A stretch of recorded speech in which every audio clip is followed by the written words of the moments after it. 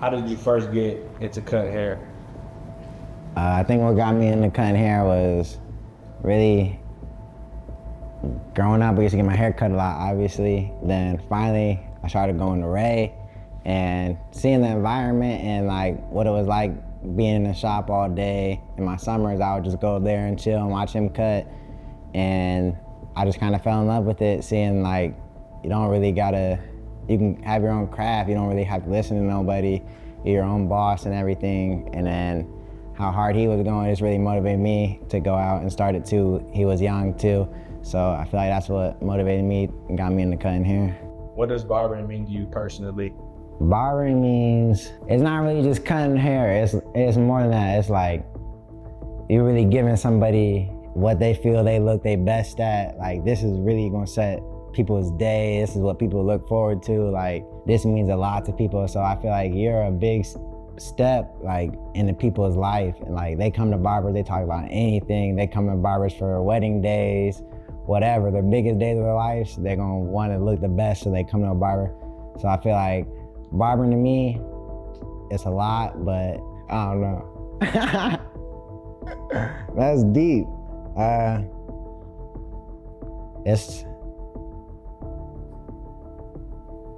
You gotta have a passion for it, for real. What keeps you motivated after the day? Going back and looking, because you can always improve, so I feel like going back and looking at videos and seeing what the cuts look like that you did of that day, and then if anything, just trying to like, if you see some little thing, I just want to wake up the next morning and be like, oh, if I get this same haircut again tomorrow, I'm gonna do it 10 times better than how I did it the day before. So always just trying to find a way to get better at doing cuts and stuff. What tools and product do you swear by? I always say Coco's probably got the best trimmers in the game. Fibers over spray. And I would say pencils are low-key key. What barbershop you're at and why is it special? I'm at House of Fades in Columbus, Ohio, on 1242 North High Street. I think this shop is special because I don't think you're gonna get any other vibe like this in any other shop. You got amazing barbers in here and amazing hairstylists, great vibes. You're downtown, there's nothing really better you could ask for. How did you build your clientele from base?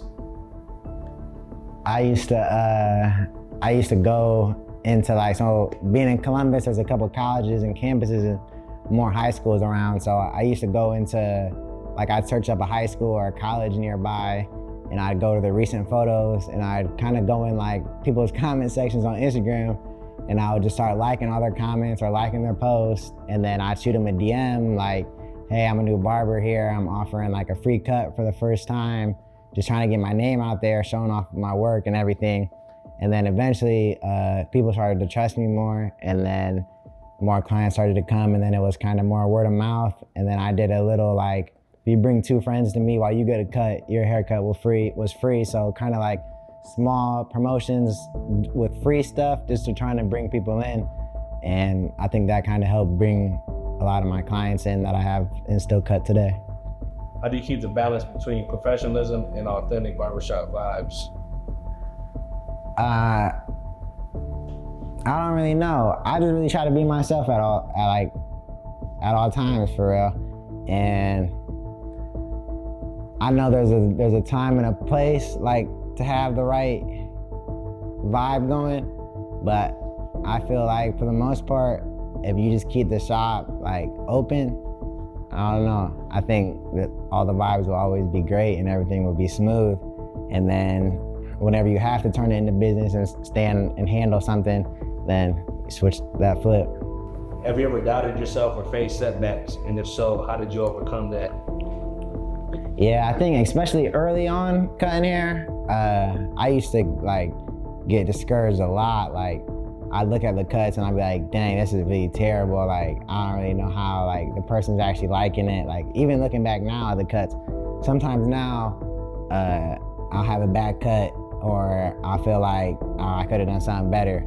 But I think the best thing to do to get over anything like you should never be hard on yourself. If your client likes it, that's really all that matters. Like, what everybody else says does not matter. So just think about, it's you and your client. It's a personal experience. If they like what they got from you, then why does it matter what the next person says to them? So I kind of keep that mindset, and you always know, especially in barbering, there's so many ways to learn and try to expand. So I feel like if I'm struggling, I'm gonna just go talk to somebody about it, look up some videos about what I'm struggling about, and that's how I kind of go about it. What's one lesson barbering has taught you about life? Being consistent pays off. Like, when I first graduated barber school and being in the shop, like my first really like 2 months, I was in here every single day. Like, I didn't miss a Sunday. I was in here 7 days a week for 2 months straight. Every day, just in the shop, just keeping my face in here or standing outside the shop. And I feel like it paid off because it brought me a lot of new clientele from people I wouldn't have really even reached out to cut or anything like that. But I feel like staying consistent, always being, whatever you're doing, staying consistent in everything, and always keep going. One of these days it's gonna work, it has to. What kind of mark do you want to leave on your clients in the city? When my clients leave the chair, I want them to feel like they just got the crispiest cut of their life and they really ready to accomplish anything they got going on that day. Whatever they doing, they know that they look and that they feel their best. When you hear your name or the barbershop's name, what do you want them to think of? I want them to think of a great experience. You're gonna get a good cut, and you're gonna have a great time. You're gonna love being, either getting a cut by me or being in the shop and getting a cut by anybody else in the shop, or even getting your hair done by anybody else in the shop. What advice would you give a young barber coming up? Listen, get into other shops and just watch somebody cut for real. Like, do whatever the most you can do. Practice at home, get dolls, practice on little brothers, cousins, whatever. Just get practice reps in, and then really as soon as you can, get into that school and start getting to the money, because like, there's really nothing than being your own boss.